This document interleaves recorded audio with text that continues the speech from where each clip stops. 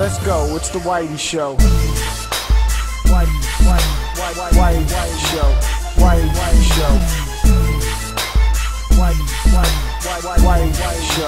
Which one, old man, that ain't got to shake your head? Get that side check, put it in pockets like it's back.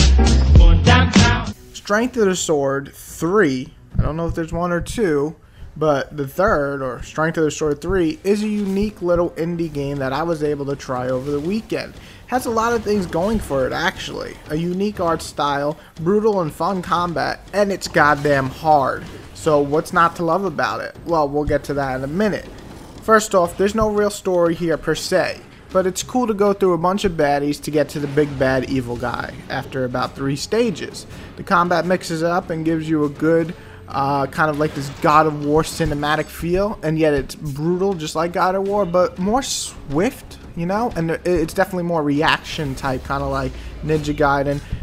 Maybe not as many combos, so more like Demon Souls or Dark Souls. But does it handle all this well? Do we have another great indie title on our hands, which seems to be a big thing right now? A lot of great indie titles. Well, we're gonna find out.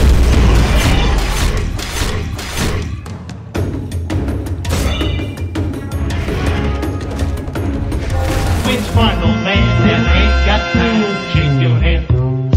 Get that side check, put it in pockets like it's back. Going downtown. Alright, the good, right off the bat, in my opinion, art design. There aren't too many monsters, but the ones that you get do look pretty awesome. From crazy looking rapid creatures like dog creatures to gigantic robot monsters, we have a nice choice of what we can kill. Also, the stages look cool, even if they're a bit on the small side. I also want to note that the animations are great, except for a few little glitchy looking ones, but really most of them look slick and kick ass. The combat is brutal and fun, relying a lot on timing.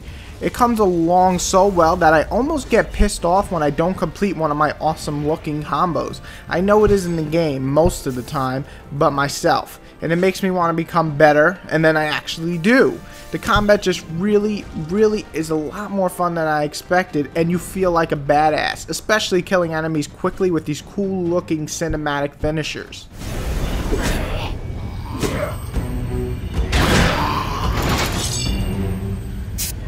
I also give props to the hardness. If you want to challenge this game, it will provide you that. Be careful though, because you will die again, and then again, and then again, and probably again.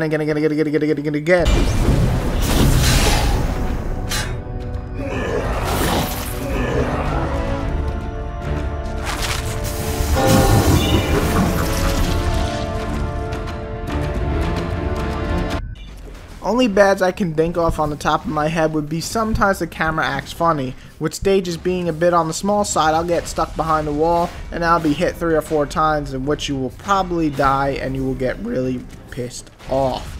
I also dislike the fact that some of the animations are funny. The whole point of a reaction fighting type game is to rely on the monster's attack, so sometimes they're in a half attack mode and then they switch without warning. It's not right when you're relying on a reaction game, when you're relying on a certain movement from a bad guy. But I really have no uglies in this game. Those are my only 2 real bad things. The rest of the game is just good. Which one, old man, that ain't got to shake your head? Get that side check, put it in pockets like it's back. Going downtown.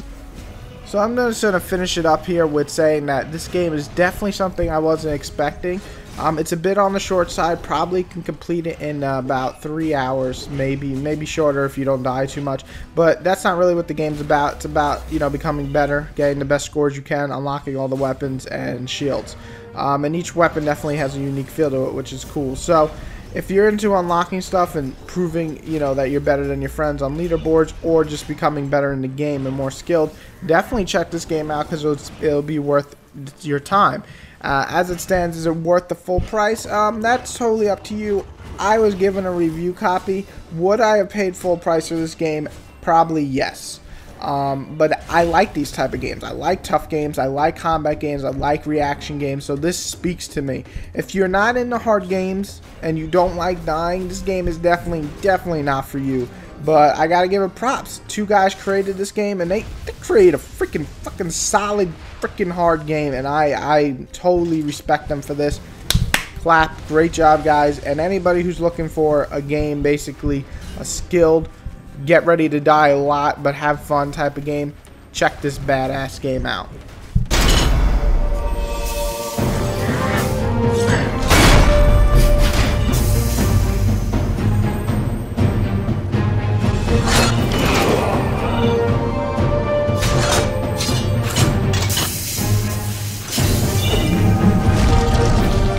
If you would like to support my book, easily just go on Amazon.com, type in Exterminators Infected, and either pick the ebook or the paperback and purchase. Thank you very much for the support. It means a lot.